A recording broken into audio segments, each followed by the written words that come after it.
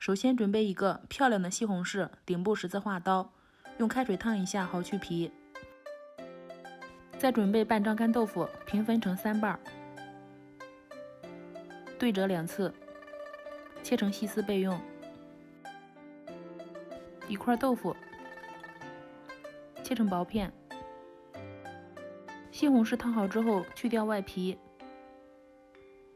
切丁备用。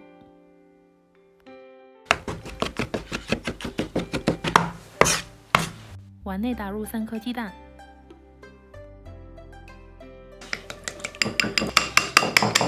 再准备一些磨丸子。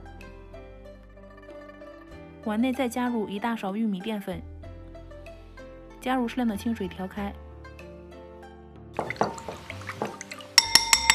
锅中倒油，下入西红柿，加入1勺食用盐，快速炒出汁水，再加入清水或者高汤烧开。水开之后，下入豆腐片、干豆腐，再加入1勺猪油，这样会更香，汤汁也会更好喝。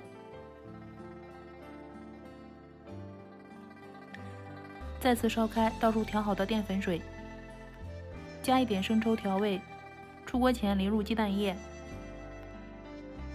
再倒入准备好的磨丸子，搅拌均匀，关火，盖上盖子焖1分钟。出锅前撒上蒜黄和香菜就可以了。丸子汤就做好了，特别简单又好喝。喝的时候根据个人口味加入香醋会更好喝。在我们这边过年，亲朋好友来聚会，丸子汤都是最后上，意味着宴会就要结束了。你们那边的年俗是什么呢？欢迎大家评论分享哦。